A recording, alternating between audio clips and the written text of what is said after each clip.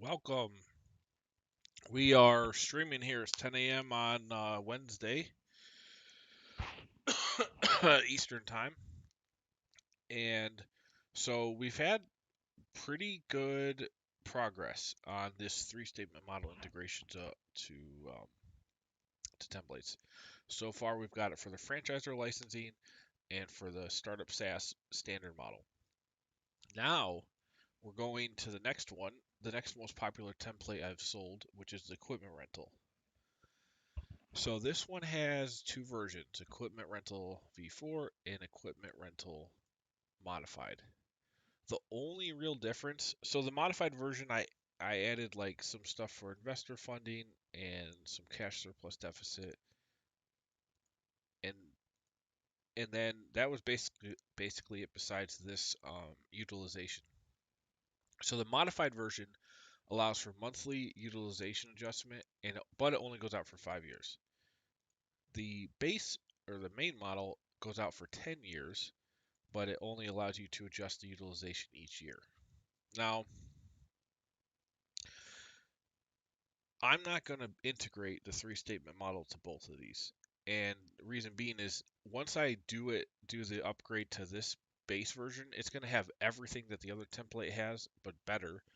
And it's going to have, the only difference is just utilization is going to be by year. Now, if I get a lot of people that are buying it and saying, hey, I want a three statement model in the modified version because I'm going to use that one. If I get enough demand, then I'll probably do it. But for now, I'm only going to upgrade the equipment rental V4 base version, which is a 10-year. This is the one that had the most demand anyway when I was doing this. So we've got a lot of updates to do today. Um, my goal is to get all of the formatting updated, get the base. We'll get the base three statement model in here. We'll get all the tabs in here. You'll see my trick for how I do that. Basically importing a base, where is it? Importing a base three statement model by copy and pasting and doing one find and replace. And we should essentially have a fully working three statement model in our equipment rental workbook.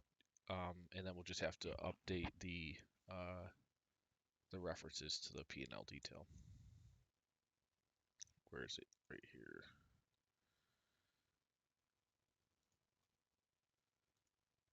So we're going to import this in. There's some things I'll do. You'll see. Okay, so V4, we don't need the modified version.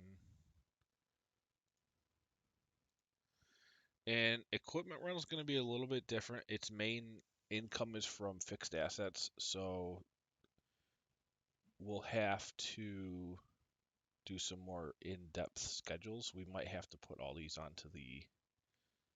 Well, no, I'm probably going to do a matrix summary for the depreciation and then pull in the aggregate depreciation into the balance sheet or accumulated depreciation uh, into the statements based on that aggregate, because you don't want the three statement model stuff like the income statement, balance sheet, cash flow statement. You don't want them to be too cluttered. That's what I have the monthly and annual cash flows tabs for, to show details on everything.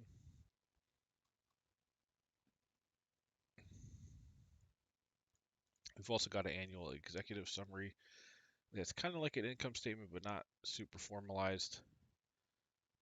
It gets down to cash flow.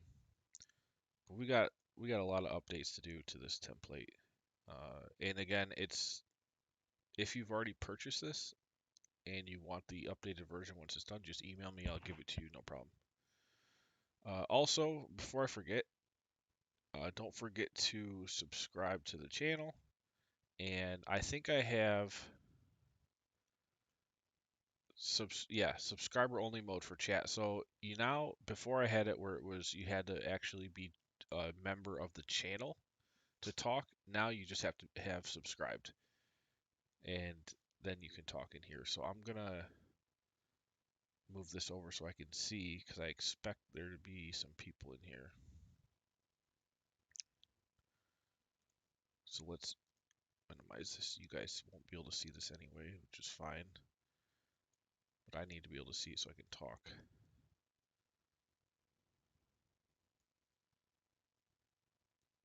And I'll do a test here, quick sound check. One sec, let me get these all sized properly. All right, so now I can see the chat and my sheets here. I've also done an upgraded general rental business that has a lot of the same sorry, I'm coughing a bit. A lot of the same concepts that are in this equipment rental, the first equipment rental, but it's got more granularity. I think it's got smarter assumptions. Uh, so, but we'll probably update that later on, and it's one of the similar templates listed right here.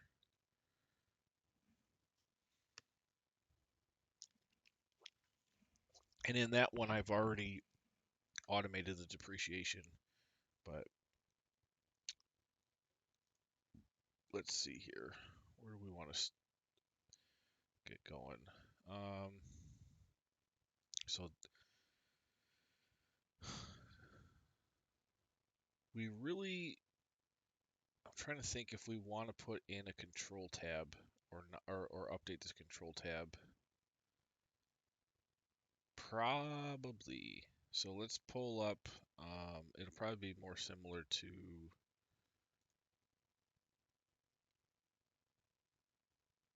Well, let's do the SAS one because that was actually pretty. That fit nicely with the references that we had on the three statement model. So this is the one we just finished yesterday. And I'm just going to pull this in here. We're just going to kill all these references and we'll update the rest of this later, or we'll update the links. Yeah, because I think we're going to need all of this.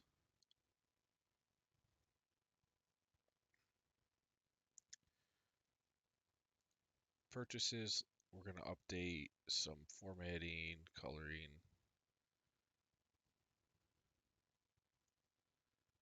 Should be dark blue.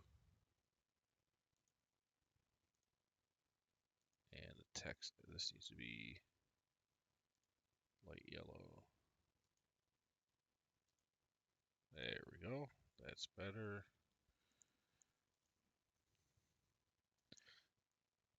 And in this model, generally, you can list out your equipment purchases that you plan on renting out, their cost, and you can do these in batches too. It doesn't have to be just single items.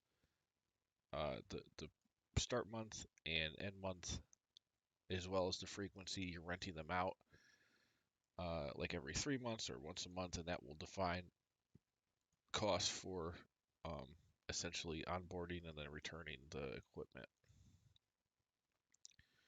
And then you'll define revenue per day for each piece.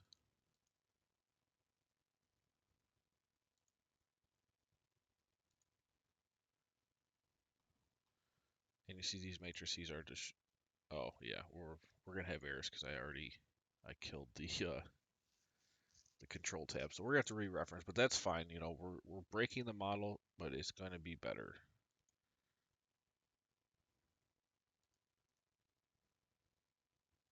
Let's update some of the colors.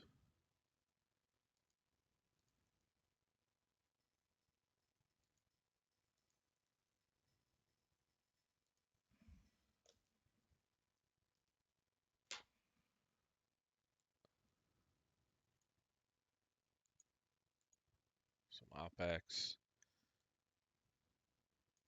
We probably won't update much of this logic. I think it's okay.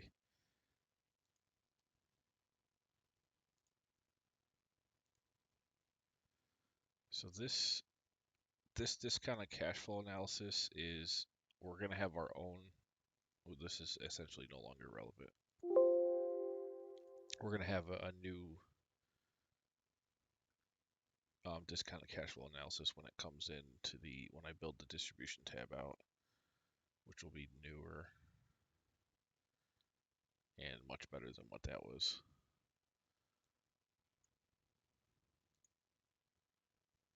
Wrap the text here.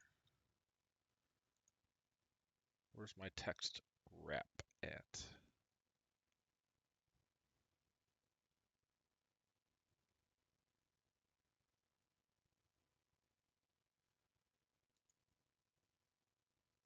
Ah, okay. Try to move this all over so you can see better.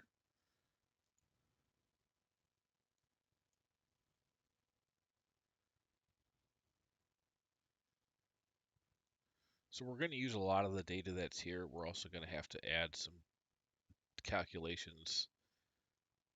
I mean, this is probably going to take way more than 2 days.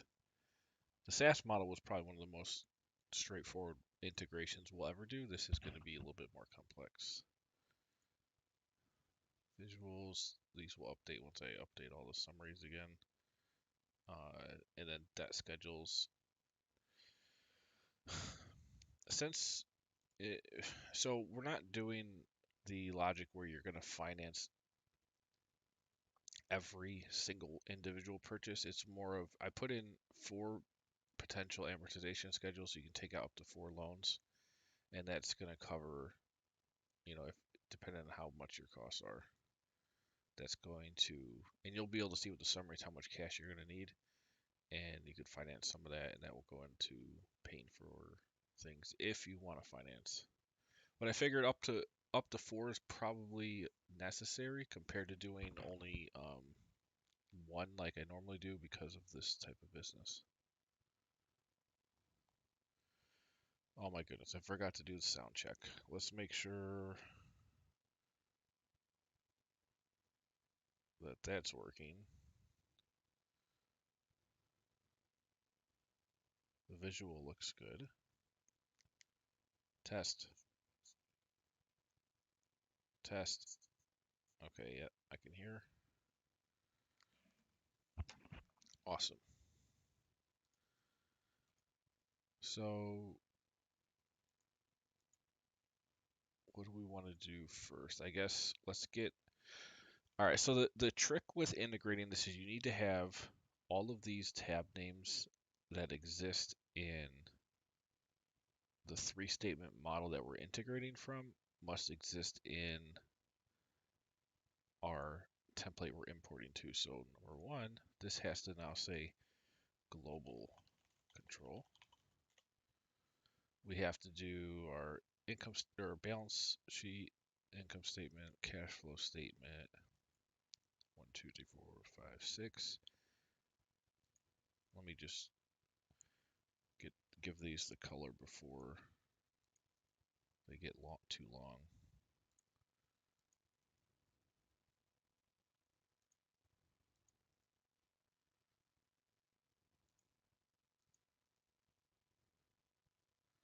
Now hopefully I get this on the first try. Yesterday it took a couple tries, but we did get it.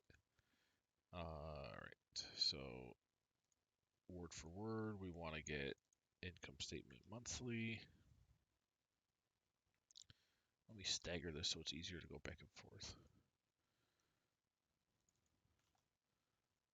Monthly, annual. Oh, what? Okay, this happened yesterday. I had pasted it. Okay, I'm glad I'm not going crazy because yesterday, or might have been 2 days ago, I was pasting in the names and it wasn't, it was reverting. Okay, I think it's because I didn't click out of it, so I got to click out of that before I go back.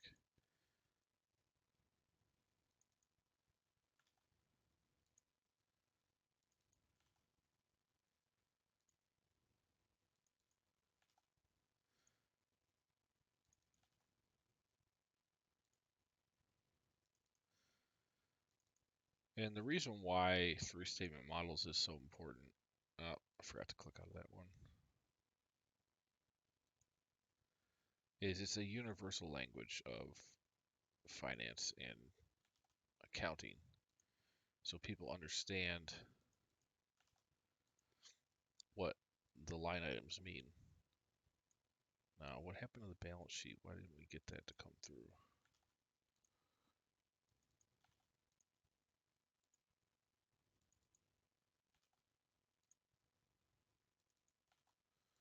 All right, we have all those. Global control. We're going to add a couple more tabs here. We need to have, so not too many, just debt schedule. Well, no, that's going to have to be manually modified. Oh, that's going to be some work too, since we got 4 of those. So that'll be some work. CapEx.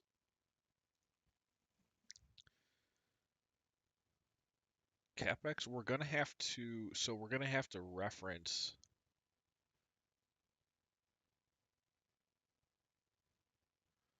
our other schedule into here and extend this down to be, I think we have like 100 items. But I believe we do want to use this. We're going to have to do a lot of work to update it, but I believe we do want to use it.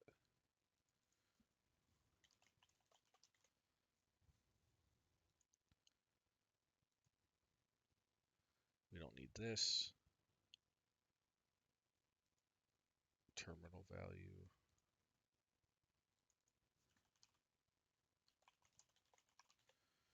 Yeah, this is going to be a bit more in depth. We don't need inventory. And then we're going to add also cap table.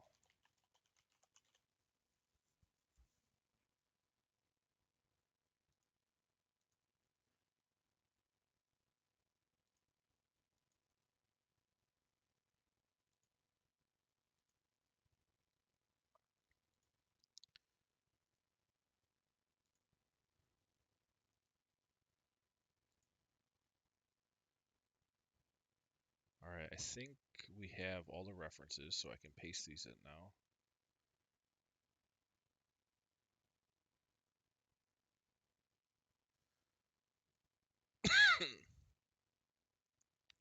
Oh shoot, actually, I'm not sure if I need to or not. I think I need to have just a name in here of these other tabs, investors 1, inventory 1, just so that the references don't break when I do the find and replace.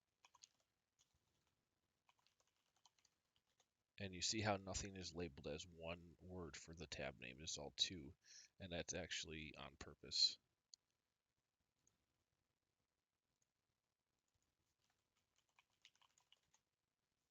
Or else it'd be a lot harder to do this. All right, I think we have everything. Debt schedule. I mean, we might as well, we can make the first tab called debt schedule just so we got some stuff in there.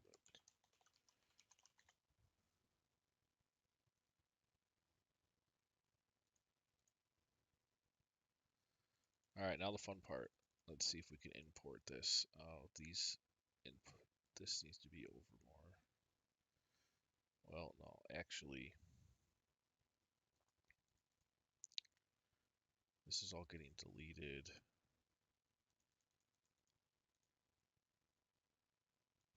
This needs to be in the front for sure. Purchases.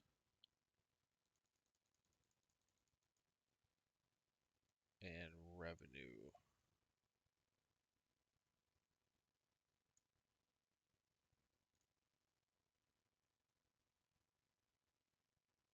And actually, I'm going to call this pricing.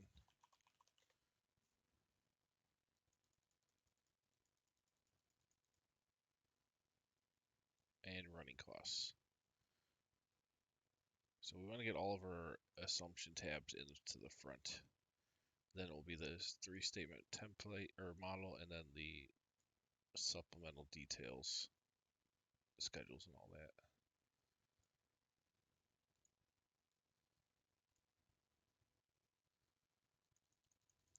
All right. Well, we're gonna try and paste this in here and see how we go. So first, let's go to the income statement monthly.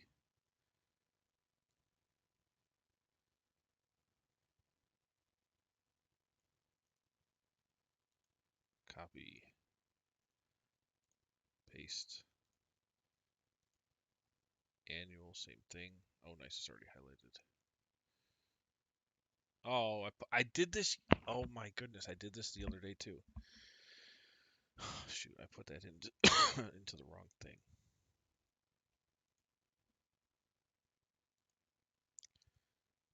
This is here. And that. Let's just delete this. Clear all.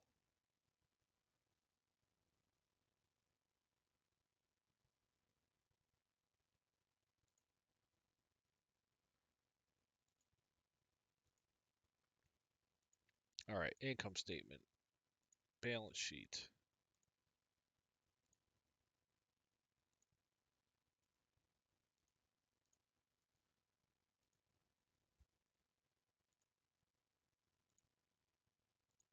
Balance sheet annual.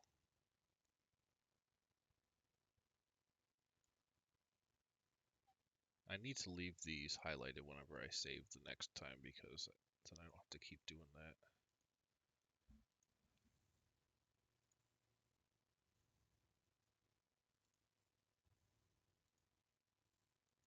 But I do see this having a lot more in-depth work with, oh, and it's got to go out for 10 years. Yeah, this is gonna have a lot of high touch work that I'm gonna have to do to get it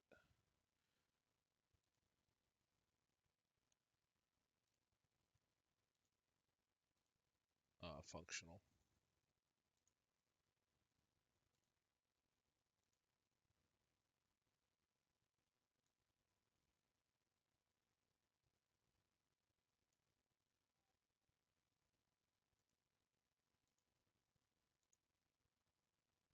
All right, moment of truth. Now, the goal is we can simply hit to update all these references to the three statement model base template. We can just go copy that, and then we go find replace, and we want to replace all versions of that with blank. Oh, right, it worked on the first try. Good. 16,000 replacements. Spectacular. Okay, now let's do some formatting on all this. Also, to make sure the references are updated, I want to change some of these numbers. Let's put a different start year, 2022. Let's also change this to Equipment Co. LLC. Change this to 3. Oop. Why? Hold on.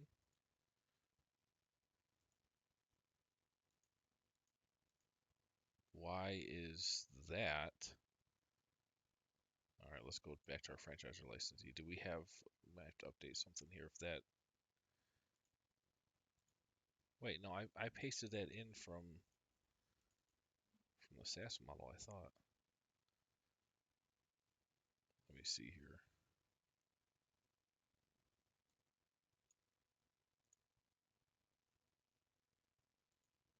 Oh no, this is formatted differently. Yeah. Okay, so what's going on here? Why did that turn into a date validation? That's really weird. Oh, shoot, I see. So when I pasted in the data, it kept the formatting that I already had there, which did have some validation. Okay, that makes sense. clear that out.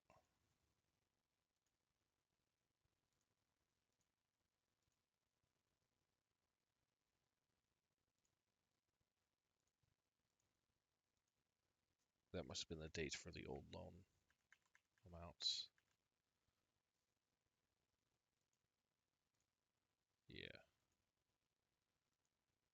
Okay. Now I can change this. 3. Oh, let's rename this as well. So this is going to be V5.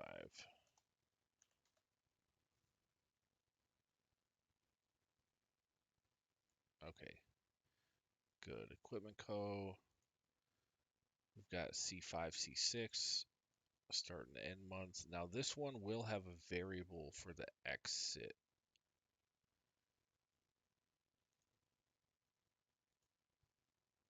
In case you want to run the model for less than 10 years. And we can just put that in. This will be fine. No, actually, before I do that, we need to extend this for 10 years. Okay, let me put this in yellow so I don't forget.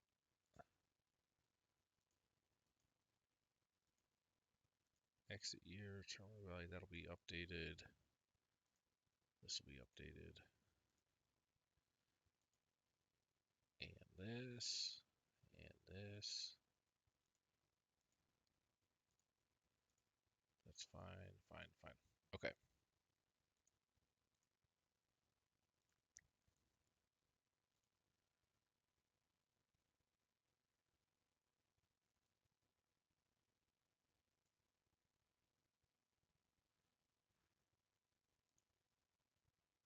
So now we format and extend. Now this is gonna go, okay, we got a validation reference, but we have a validation tab here. We gotta update it. So this is gonna be date, and then we go start year. The model always has to start on the first month of the initial year. You don't have to have revenue start then. It'll start whenever you start purchasing equipment, but the model itself, the timeline, has to show every month of all the years. And then we'll have an NA here in case you don't want to have an exit come through, which is fine. Now on our global, we can actually do this now. Oh, I hate this. So when you minimize Excel or make the box smaller, all the stuff at the top is all, I don't know where it is.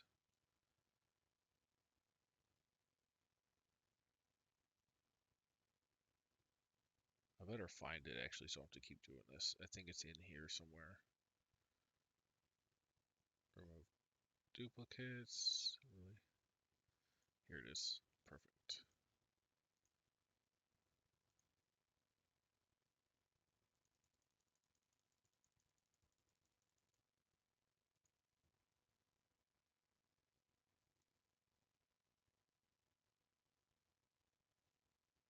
And this does not need, so I've gotten better at modeling over the years. Obviously, doing something a lot, you get better at it over time. And I don't need to have this extra month in there anymore for the 11th year. That was one of the reasons why I started doing the date convention like I do, because yeah, this is not needed. Because I would say I would have it so you can start in any month of the start month and run it for 10 years, and in that case you then have a half year at the end potentially. And so I had to show a full, like an 11th year, and it's messy, it's not clean. But I've gotten better at modeling, and that's no longer necessary. So we just have a clean 10-year, 120-month set here. I really do like, so updating these with all the new stuff, it's gonna take forever, but I do like, it's just needed, especially for the old stuff. The newer templates, like in the last 2 years, 2.5 years, won't have as many big updates like I'm doing here, but these definitely do. Okay, so that's good. Let's go back over here.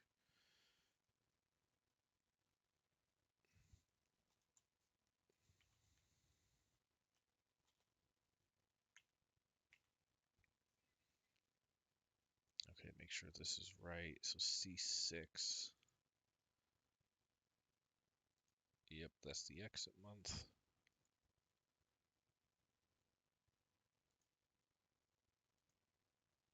Let's remove grid lines. Okay, now, before I start doing any reference anything, we need to extend this out for 120 months.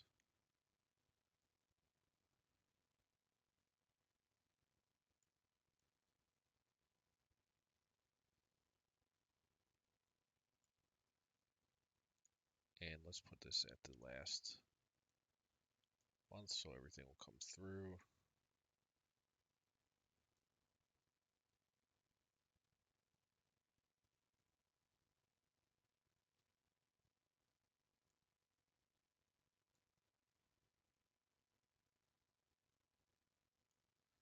This can be a clear all. Dang it, where's the clear all now?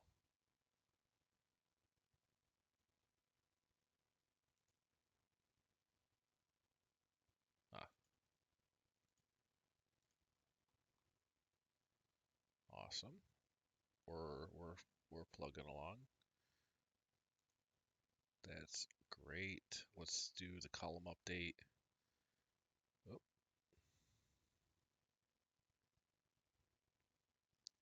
I'm just going to do a standard 15.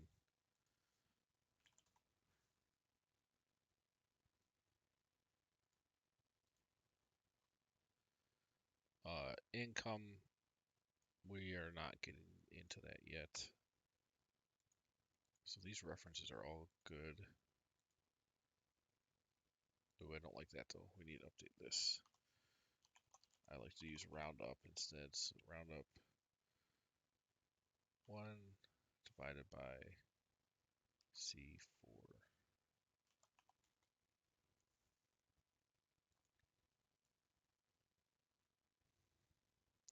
And this makes it so in case for whatever reason, whoop,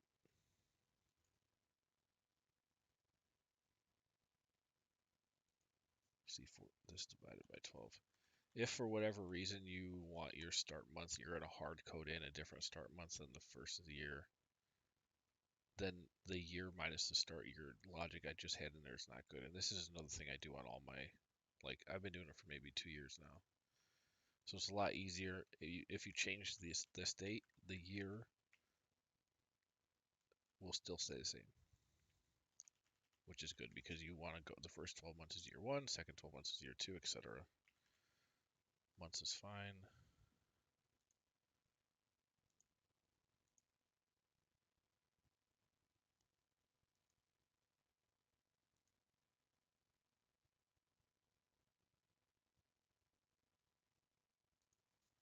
I guess we'll put in this logic if C4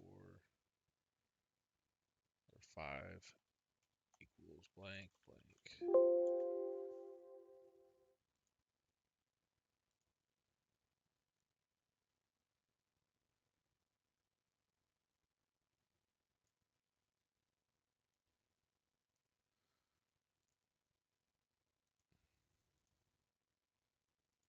And again, it's always like a little bit of a puzzle.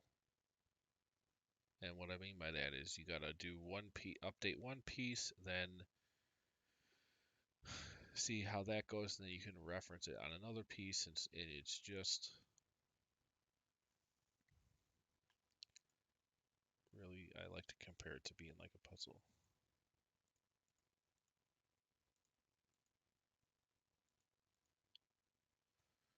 All right, this is going to C7, which should be the year. Perfect. Okay, that reference matches.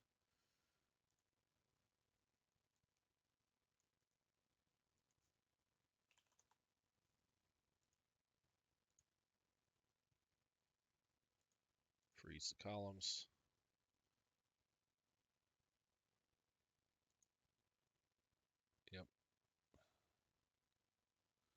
This matches. Okay. Yeah, we're gonna have so much work to do on this. But with modeling, it's nice to go slow. Try not to do. You can't do everything all at once.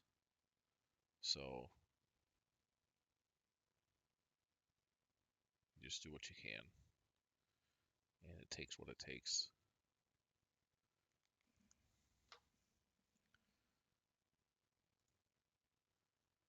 Now, what do we need to update next? So we've got this purchase schedule here that's defining like when revenue happens. How do I want to bring in revenue? That's going to be one that's actually pretty. Oh, let me put in capex and all this too. We'll pull it off the SaaS model. All right, so we want to pull in everything.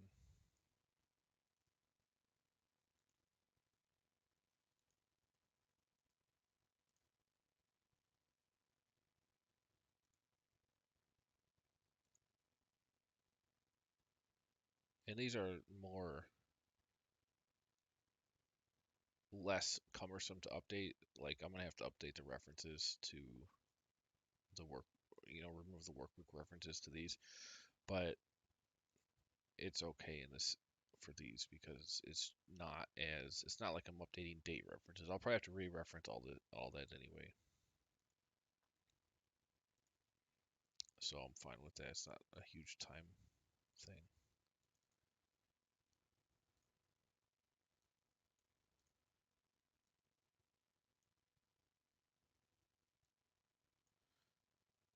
So essentially what this is getting is a much more formalized wrap of financial information that surrounds all the base assumptions.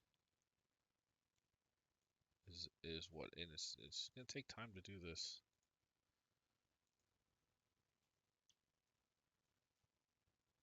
Let's see, where did I freeze that one at?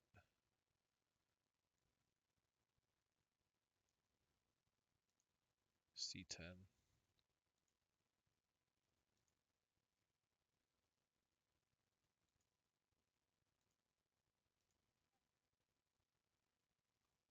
Okay, terminal value, and then we're good.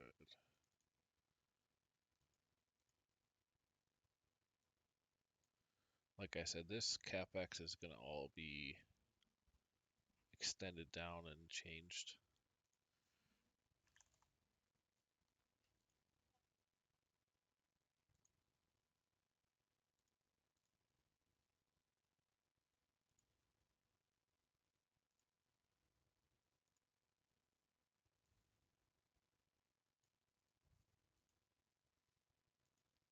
And now, in a case of an equipment rental business, the assignment of other of the exit proceeds to fixed assets relative to other comprehensive income is going to become a lot more important because the business is all fixed assets. That's how you're making money. So we'll have to be careful, or really watch how we build that out. All right, got all our references in here. We'll have to update them, but they're in there at least. Position. So I don't want to change how any of these assumptions are working. I like how it's flowing. We've got the cost, and this is going to flow over to capex, but for now I'm trying to get revenues. So we've got the cost to start month, and then this utilization days on average times the pricing is going to define revenue. So I believe we just have one revenue stream, which is just equipment rental revenue. So we'll just have one type here, equipment rental revenue. And as you probably know, you've seen me do these a couple times now, we'll clear out all the information rows that we don't need, and at the end, when everything is all done and all the model, we will clean up the rows that are not used. But we need to keep the positioning now so the references don't become a nightmare.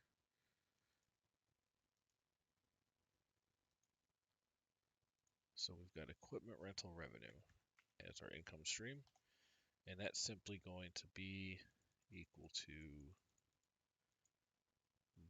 the monthly cash flow. Oh man, all this, what happened here?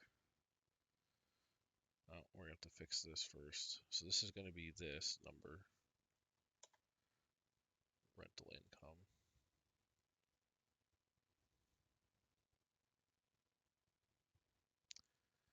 However, this has to be updated. So our year number, oh my goodness. Well, the good thing is we can just reference the income statement for a lot of this now that we updated that.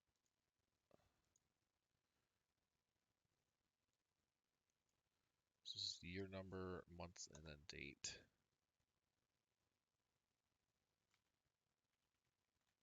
Month is fine. Quarter is fine. Let's update the date.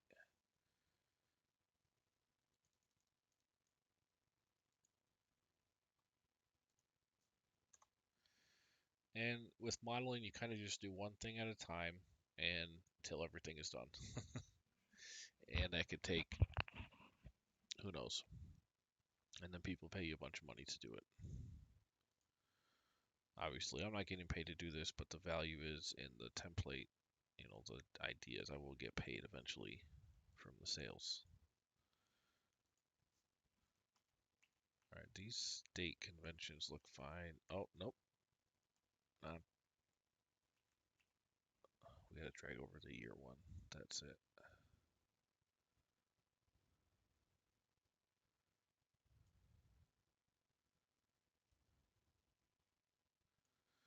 And then, so I have a start and exit for this, but I don't have logic for an exit month. So what I'll have to do is put that in front here and say if the date here is greater than our exit month, then zero it out.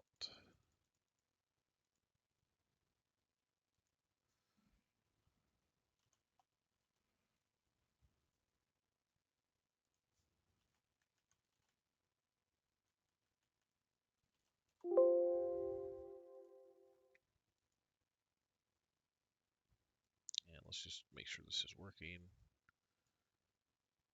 Oh, nothing should have changed.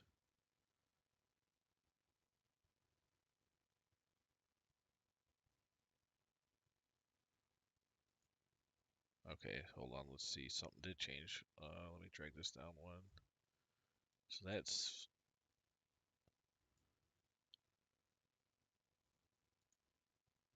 why are these changing? We have our first little mystery here. So Tomor pickup truck. Okay, this one.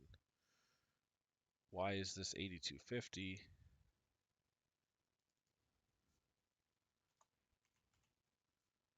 But this is 13750.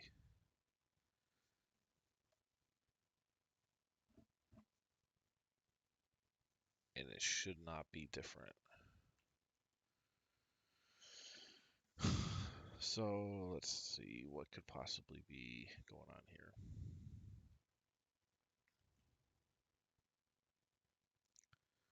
Purchases F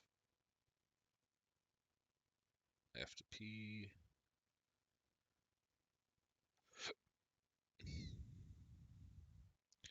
All right, first of all, we need to get rid of the references to the actual tab we're on here because that's annoying.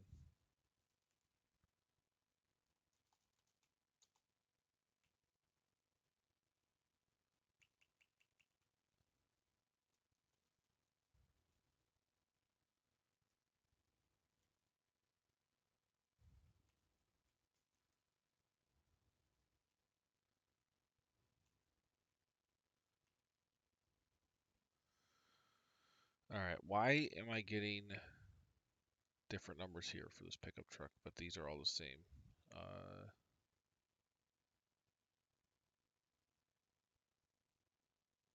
let's go figure this out. So let's see what it should be if I just look at the assumptions. So pickup truck.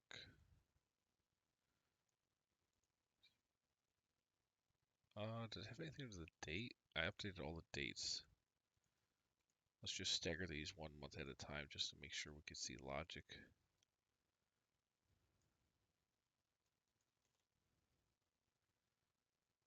I don't think that would affect it though.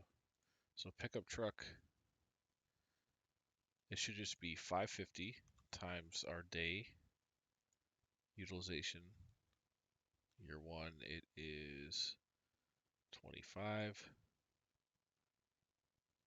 And that should be the monthly revenue, 13,750.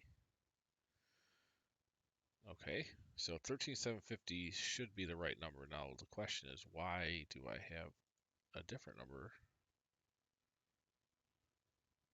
Oh, what happened? Oh, I updated this to stagger it. Okay, anyway, let's look. Just go down to pickup truck because I know that one was the one that was off. So I get 8250 here for this, but this is 13750. So something's up with this first calculation.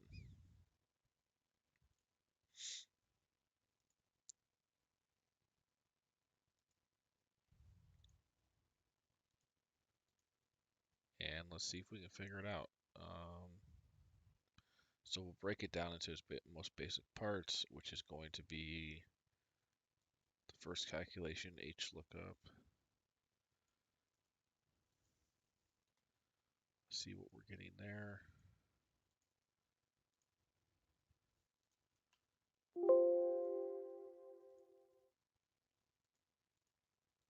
So 15, okay.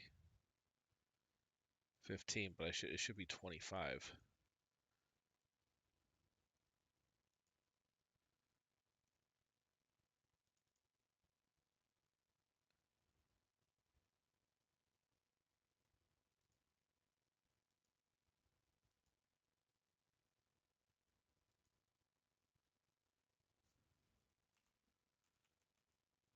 Oh, did I manually have this? Oh, let me scroll over. 2, yeah. Okay, I see what happened. I probably should just update this formula to be an index formula. Is much better. So we're gonna do that. And then I don't have to reference, because I know what it's doing is referencing this over here to get the right row lookup.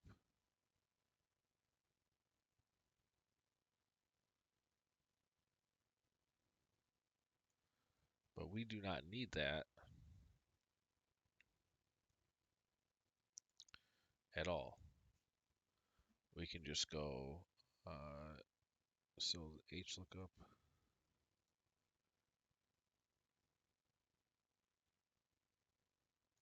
Since we know that it's going in order and all the formulas dictate that, like the Tomor is the first row, Tomor 2 second row, etc., we can index and let the index formula go down and just not lock it. It'll work. So we want to index this amount. We don't need row column P either. And then we want to match the year, and that's it.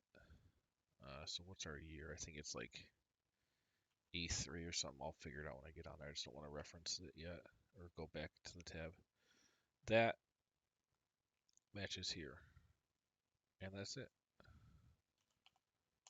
And then the V lookup,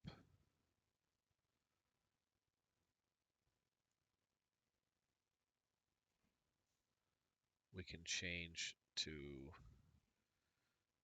index pricing, lookup column C, if match, I think it's like B5 or something on the other tab. I'll look it up later. matches this, then 0. And in this way, you have to make sure, yeah, I'll have to update the thing real quick. You have to make sure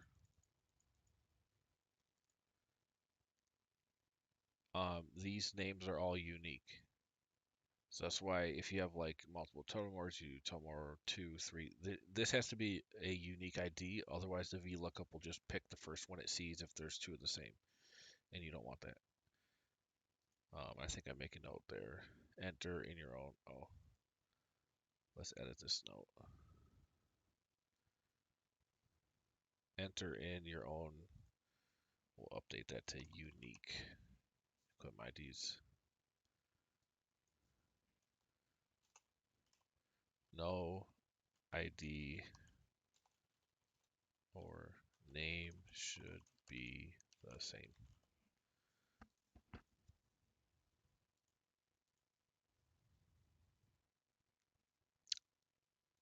All right.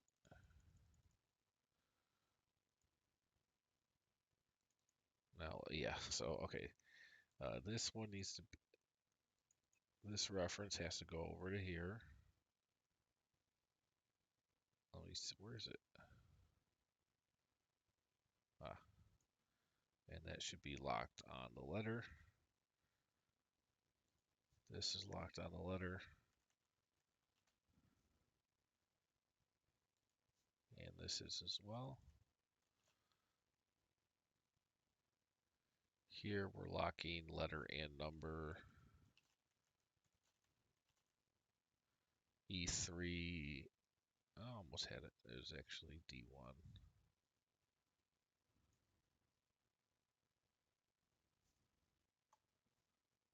Shoot.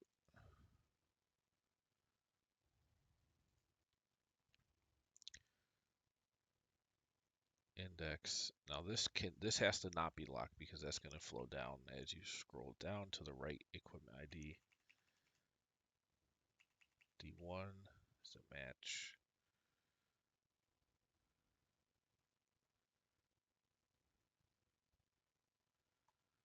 Now, why do we have a reference error? Is my question. Index. Oh wait, we need to close this. There we go. Now, if we drag this over and down, pray it works. There we go. And we got the 13,750 coming in. Awesome. Now we just drag this out for 10 years.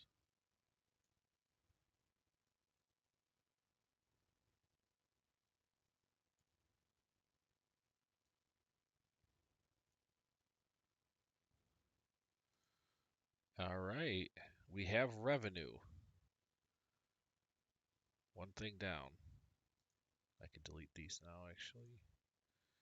No need for this or this.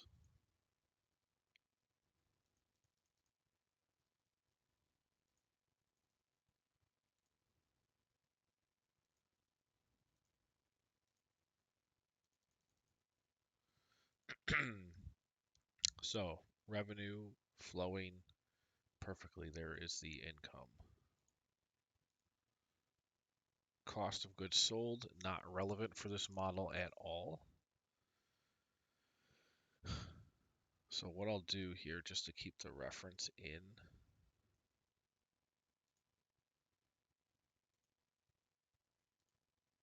because it's not like you're buying clothes and reselling at a higher price. You're buying equipment, renting it out, but not actually selling it. There's no cost of goods sold here. However, there is a variable cost, which I like to put up here. Variable costs, total variable costs, and this is actually then called a contribution margin.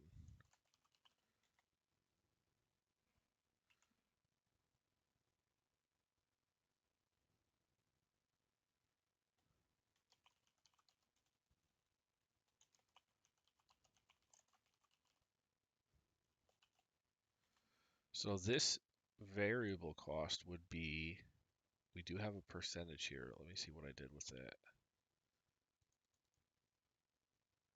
Running costs. This is a variable cost. Let's remove this. We don't need this anymore. It's cleaner. And we don't need this.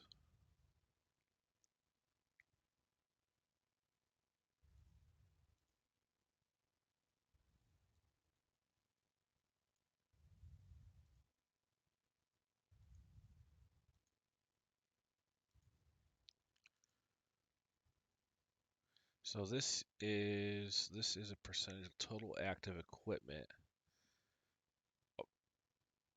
cost paid per month. So based on the total, and let me go to double check the calculation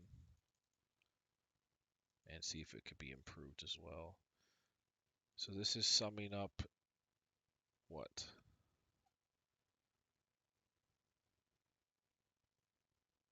Is taking that percentage times D135. What's D135? Non-depreciated asset value. So it's saying the total value of all the equipment you have, a percentage of that is going to repairs and maintenance, whatever that might be.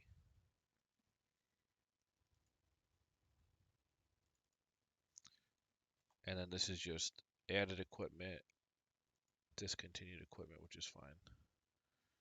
Okay, that's actually good. That makes sense. So we'll pull in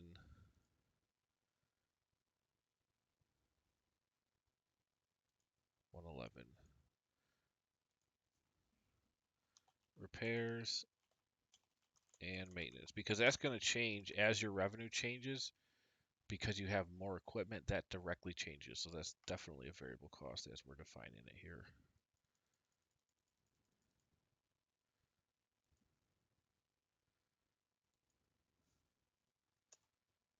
So we can pull that in, drag it over.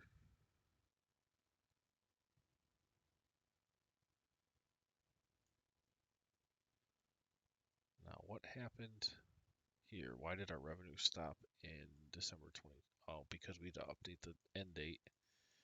I want to do two things actually. Let's make this month 1 month in, so make sure we don't forget all that logic for ending earlier than the end month. Also, this end year becomes one, because we put the timing a bit ahead.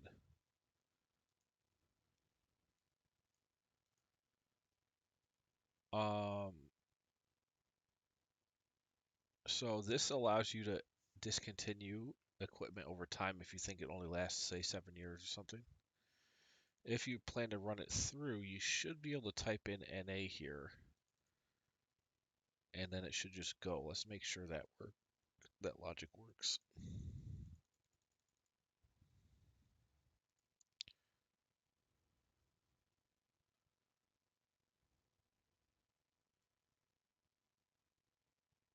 Okay. Yep, it just goes into perpetuity, although why is the last month blank? Oh, duh, because I adjusted the exit month to be this last one. So, okay, good to know. All these formulas then work that we just updated. And then let's go. Well, we got to update that formula for these expenses now.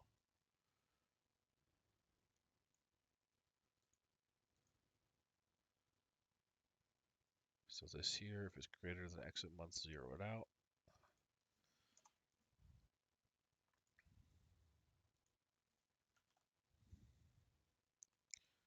Otherwise that, and then also let's wrap this with an if error. Well, no, I think that works. Go over here. I just want to see something.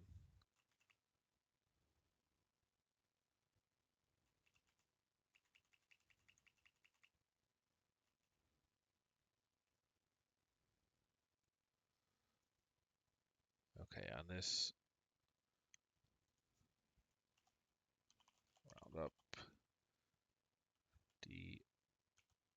forecast 3 divided by 12.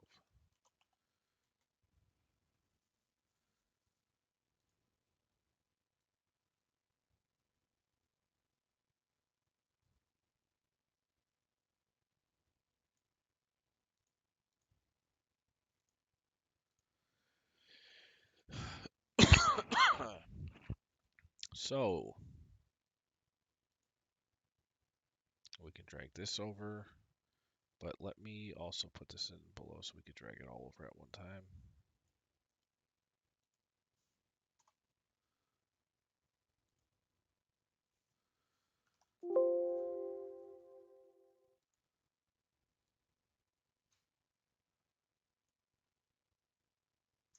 Oh, these two at the bottom were added costs for the cost to deploy and return things if there is a cost for that. So those are separate. So we can't just drag that down. This is gotta go in front here and in front here. And we have to do this to get a proper cash flow when we're adjusting the exit month to not be the last month of the year. If it's, let's say you only want to run a 5-year forecast, well, then all that's going to have to zero out. All right, this looks great. Let's test the last one to make sure that it's working.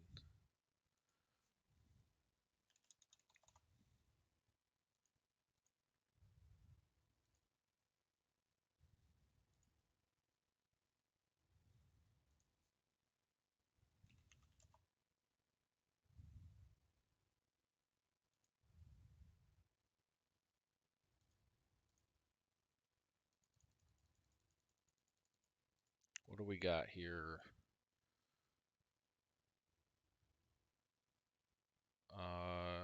No, where is it?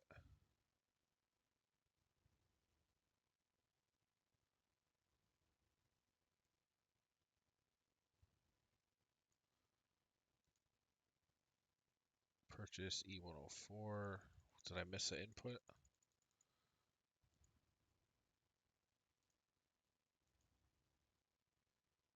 Also, let's soften up these grid lines while we're at it here.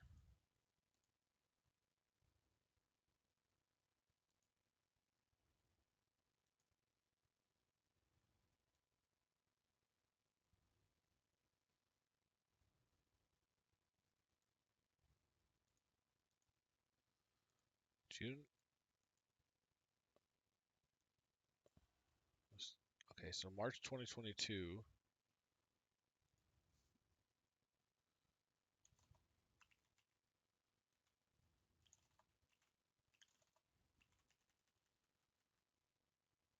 Why are we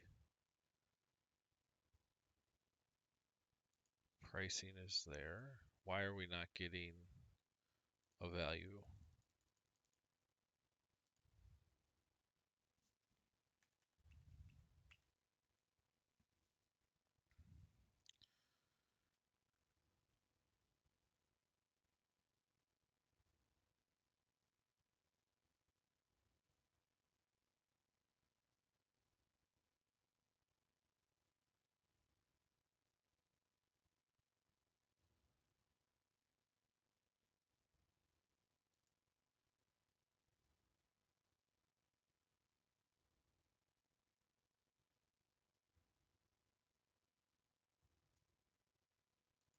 If it's greater than or equal to the purchase, the exit, then 0. If it's less than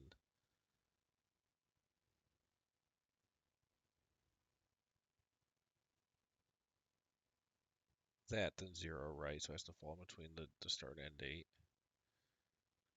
6.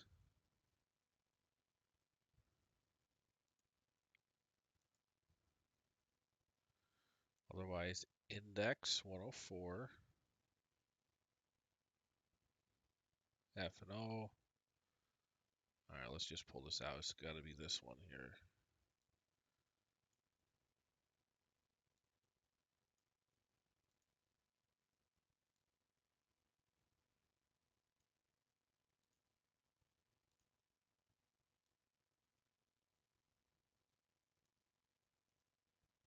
It's either this or the pricing. I don't think it's the pricing because that looks right.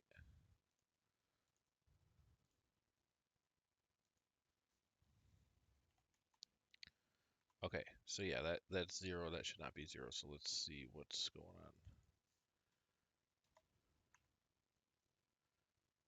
on. Index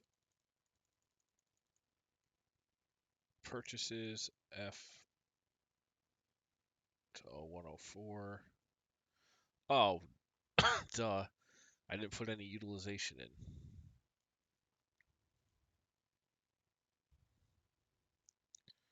Yeah, missed the whole thing there. So let's put in utilization.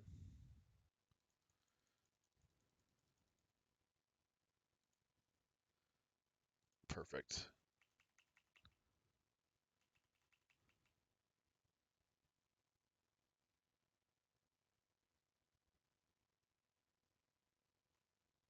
And it goes to last month. Okay. So we're good there. We're good on these expenses. Let's bring all that over. For this model, since there's not a ton, like there's not, usually I might have 60 or 80 fixed cost items. This only has like 10 or so or 15, so we can actually just, we're going to have all those come into the OpEx here.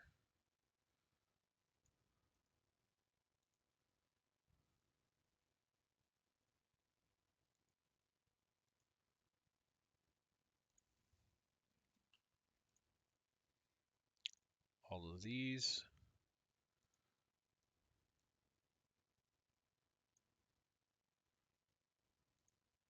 Oh, did I get it perfect? Nope. And then the bottom two are onboarding and returning costs. I guess you could call it outboarding. I don't know. Cost to rent out, cost to return.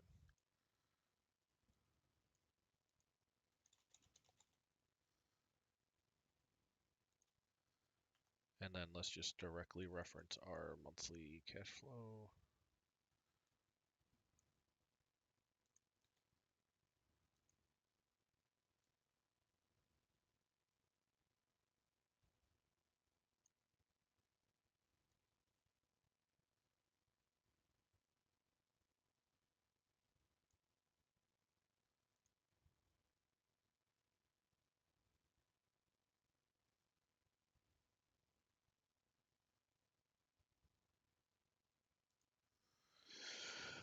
Okay, hold on a sec.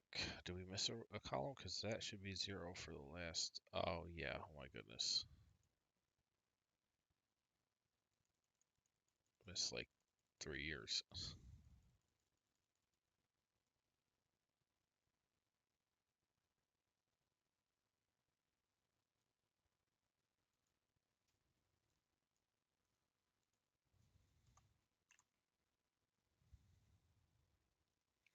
If you're financial modeling, be sure to put in checks, sanity checks, which are just you want to check your calculations on what they should be versus what you're seeing.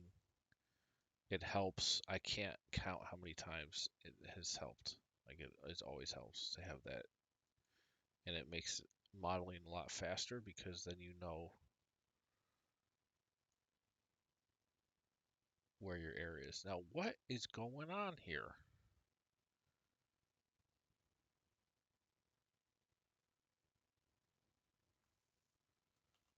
What am I referencing? Monthly cash flow. This. Oh, okay. I need to stop at 128.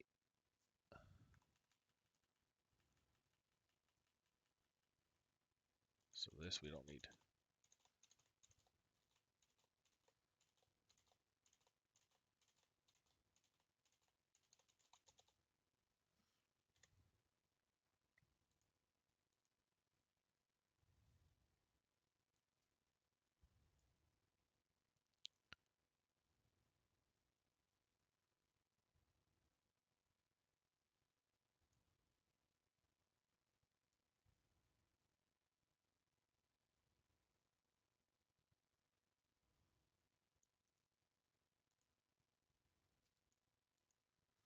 And these are 0, I'm assuming, because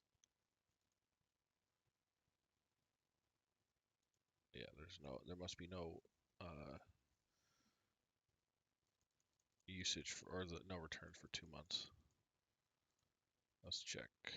Yeah, 4, 3, 3. This is 1, but this doesn't start till March. Okay, that makes sense.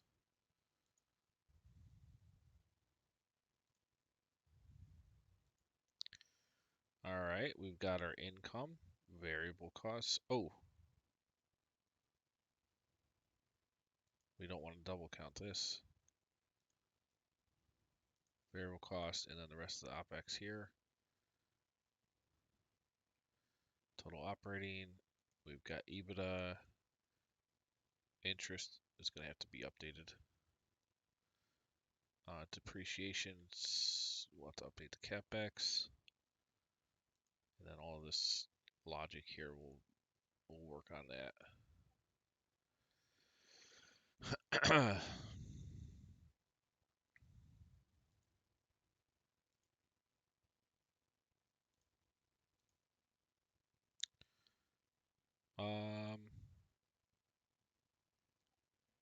Where to next? I don't really want to mess with any of the annual tabs until the monthlies are done. So let's, I guess,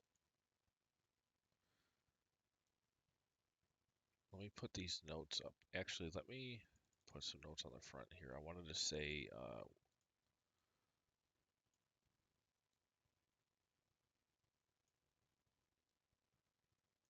I had a note.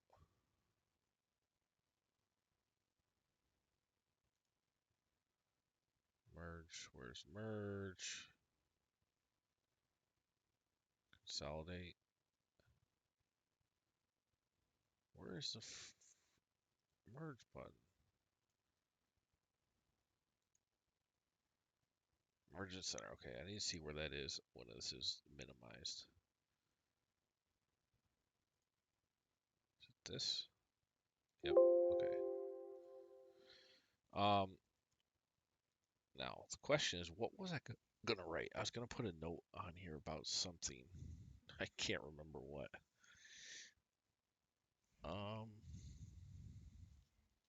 It's gonna be about something.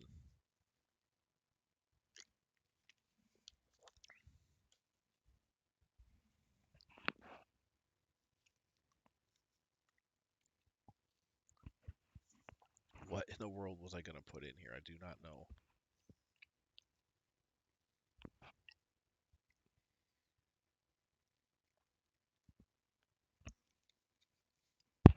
Well, let's update. This is no longer true. We don't need this in here.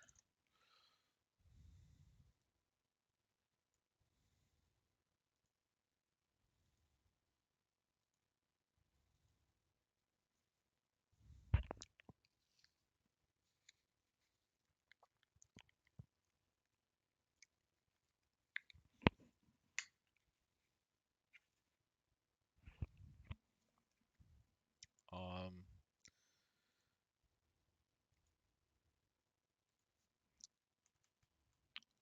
why are these? Okay, this font is gotta be updated.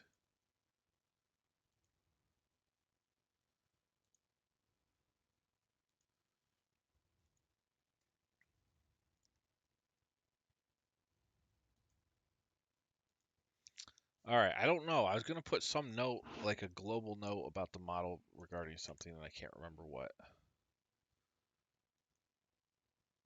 What was it about? Ah, well, if it comes to me, it comes to me.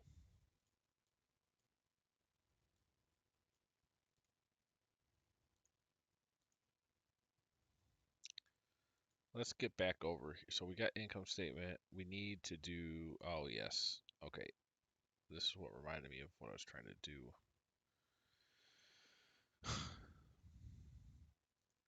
So we have to update. I don't want to move the positioning. Okay. Where am I going to put this?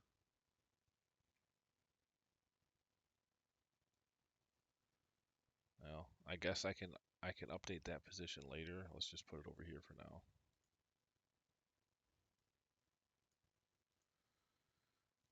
This is all got to be updated.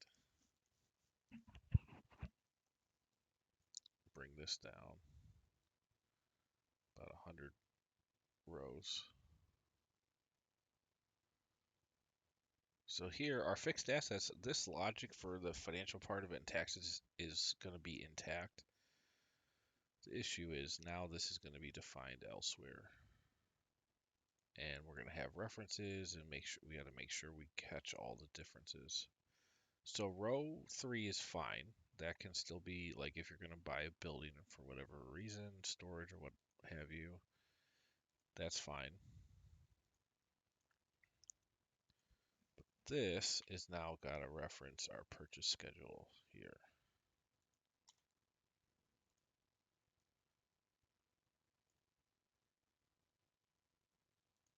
And again, the cost is going to be here.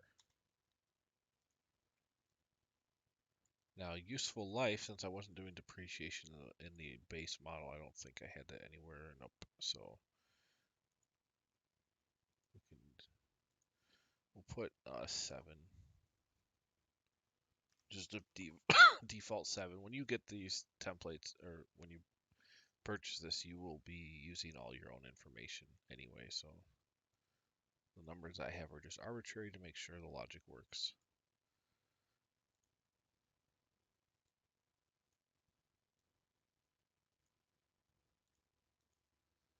This will equal the month expenditure.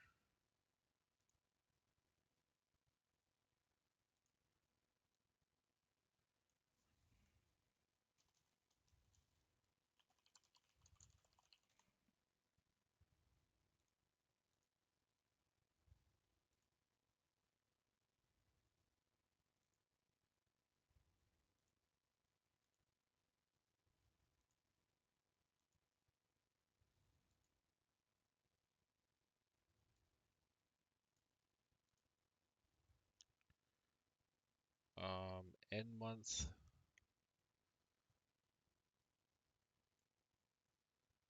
This needs to reference the terminal value. The last month that is input for the model.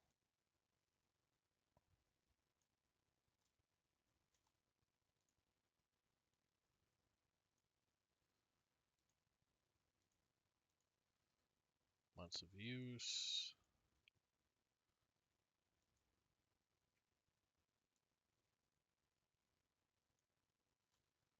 So saying, look up global control, balance sheet. Oh no.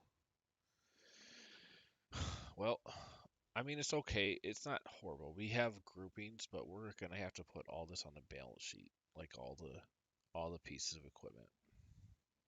It's okay though. I mean, the Excel will handle it just fine. It's just gonna be a lot on there. And these are all just gonna be 0 because that's not updated yet.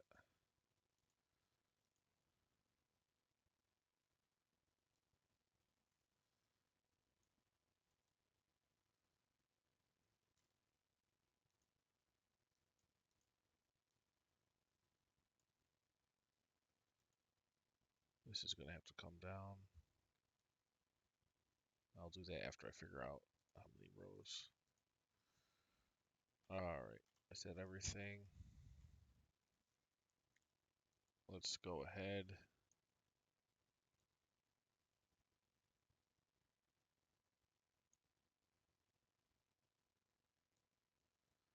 Drag all of this down.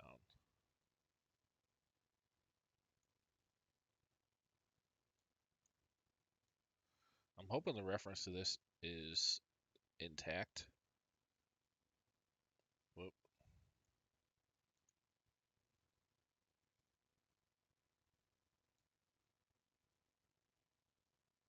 Hit column J.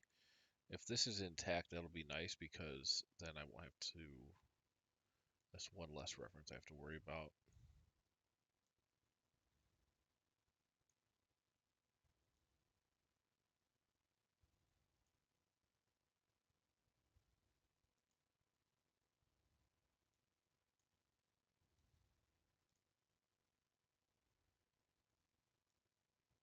All right. Well, it's looking fine so far.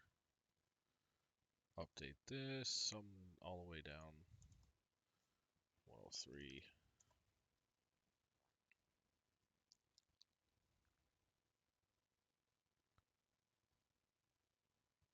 And that's our calculation if it's a net loss for whatever reason. Okay, so this is doing min of the end of the depreciation date or the terminal value. End of depreciation is based on useful life based on that. Okay. Okay. The question is, do we want to how if we want to, are we going to account for this end date? And I believe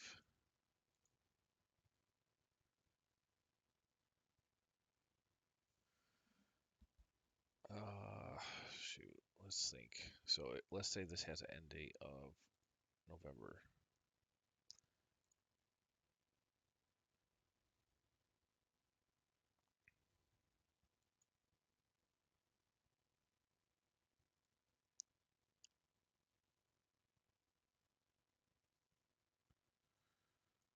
Hold on, terminal value is this. Let's get this updated to the rate reference too so we can have actual numbers that we're looking at.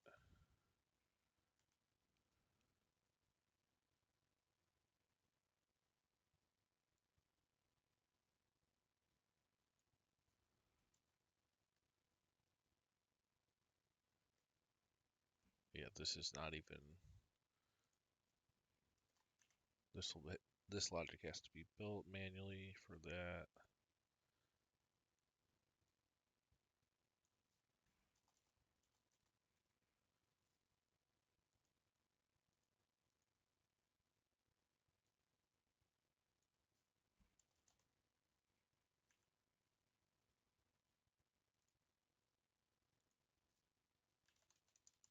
Just changing some numbers here just so it's different than the other model.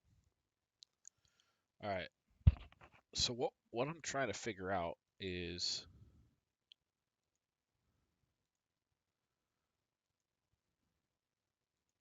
how we're going to do this CapEx schedule with an exit month. Like for this first one, if this is discontinued, let's say before the depreciation's over, let's say like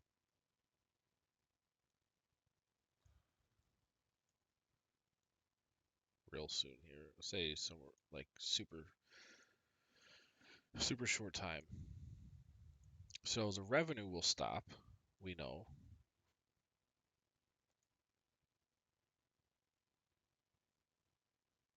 If there's a salvage value, that salvage value will come in.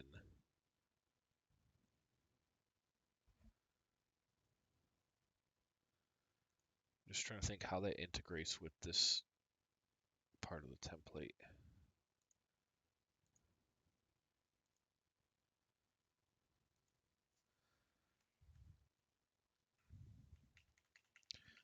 I guess so. The cumulative depreciation, we want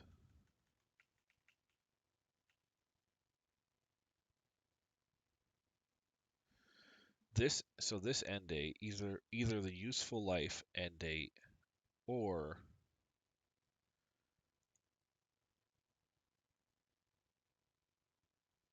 let's see if this is happened before that, then it wouldn't make sense. But as in case it did, I think we want the min between this and this. Right. So now if it ends in August,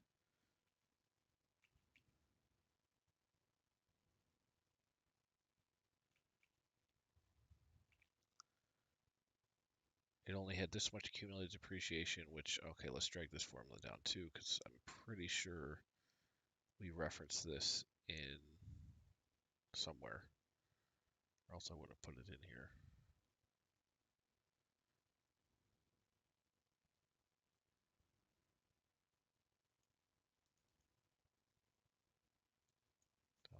3.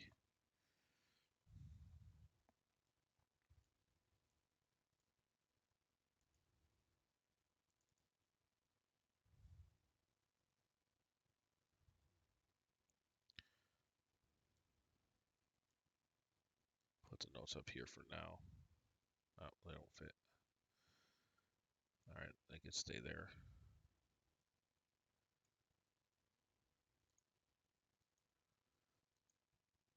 All right, now we got to think about how if this makes sense.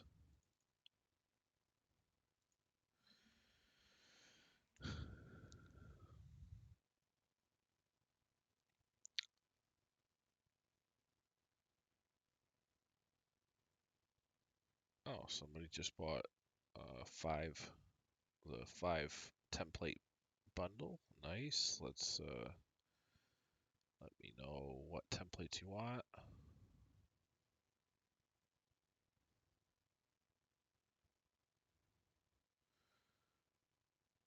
Just a quick promotion if you or awareness if you guys want to help support, you can check out. I have got over 100 templates at smarthelping.com for all kinds of industries and also tracking tools. I've got bulk discounts as well, um, and all by category and by volume.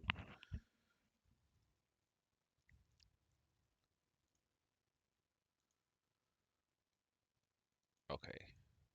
Oh, also I'm doing a deal where I've got pitch deck ready financials, visualizations, and the 3-statement based model that you see me using here. Both of those are included in any purchase that you make on smarthelping.com, or if you buy either of those, it'll come with a free mid-level template that's $45. All right. Does this make sense? Is the end of depreciation? I believe so, because if it's discontinued hard coded over on the purchases tab, then this has to stop. Now the question is, when we go to do this net gain loss, uh, where's our sum? Here, this is summing up book value at sale. Let's look up that. Well, we're gonna have to do some major updates.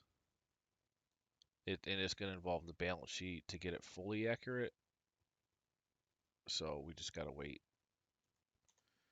But for now, we can at least update this to reference the whole row. Make sure there's nothing else that needs re-referenced. All that's fine. And what this is doing is saying, essentially, if we apply some percentage of the terminal value to fixed assets, it's divided proportional to the book value of each asset.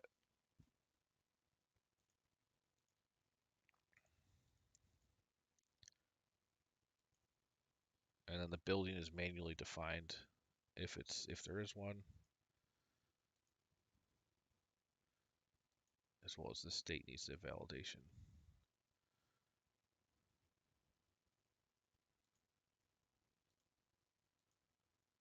Look at that, I got the validation on the first try. Learning with this squeezed up or tightened up window.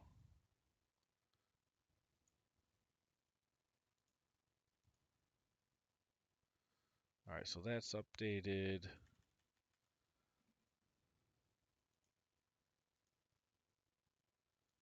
This is good. And I think this net gain or loss, even if this is gone, the point is you're going to get a total value spread across the assets. It doesn't matter what's allocated to what, because in the end, this is just going to look at the net gain loss of everything relative to the cost basis remaining, which will, again, this is going to update when we update the balance sheet, but it won't change the net effect of taxes, which is all we're trying to get down to, is some general tax calculation based on what's going on here. And it is important. I mean, like I said, this business is based on their fixed assets is how they make money. So I will pay close attention to how we handle this. through the model.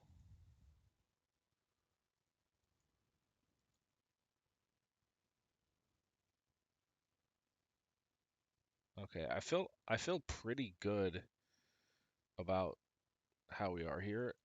This template definitely needed all these upgrades, and we're gonna keep going on it tomorrow at 10 a.m. Eastern. I will. So this we kind of got the income statement done. Mostly we got all our tabs in here. We updated some formatting. We updated the capex, which is kind of nice for you guys to see how you would expand this if you needed to. So this is important. Terminal value, we got some work to do there. Cap table, completely not done yet. Income statements, mostly done. We'll keep going tomorrow, and I'm hoping by the end of the week on Friday, this should be pretty close to done. Uh, but we'll see. I mean, if it goes into Monday, that's fine too. I don't mind. Uh, Again, for support, check out smarthelping.com. Financial models up here at the top. You can get. I've got all the templates labeled based on being mid-level, intermediate, upper tier, or ultra, and you can get bulk orders on those if you have a bunch that you want, or you can buy all the templates on smarthelping.com for $849, which I feel like the value there is immense on all the stuff that's available here. Um, or you can buy also by category. Go down through the categories here: joint venture, SaaS, industry specific, accounting tools. This is like inventory, um, cost of goods sold calculation, FIFO. This is one of my most popular templates, and it's very, very cool how this works in the logic. And it really, Excel or Google Sheets is the only thing I could figure out that would do it right. I've also got accounts receivable and payable and some budgeting stuff here. Real estate, the mixed use, the self storage, those two are really awesome, and the multifamily real estate as well. Those three are really cool. Some of the stuff that's happening there. Expect the self storage. The self storage is insane. If you go look at this for only $45, what it does with all the funds and everything, and the logic to put everything on this on one timeline, but also show different funds in their own timeline and their own waterfall. It's really cool. Just general helpful tools for organizations, sales pipeline, KPI dashboards, general tools, human resource tools, a lot of good stuff here, valuation, and then don't forget personal finance stuff for loans, mortgage repayment, paying off, or saving for a home, retirement planning, interest rate swap, some cool stuff. Uh, Alrighty. Well, I'll see you guys tomorrow, and we'll continue on the equipment rental upgrade.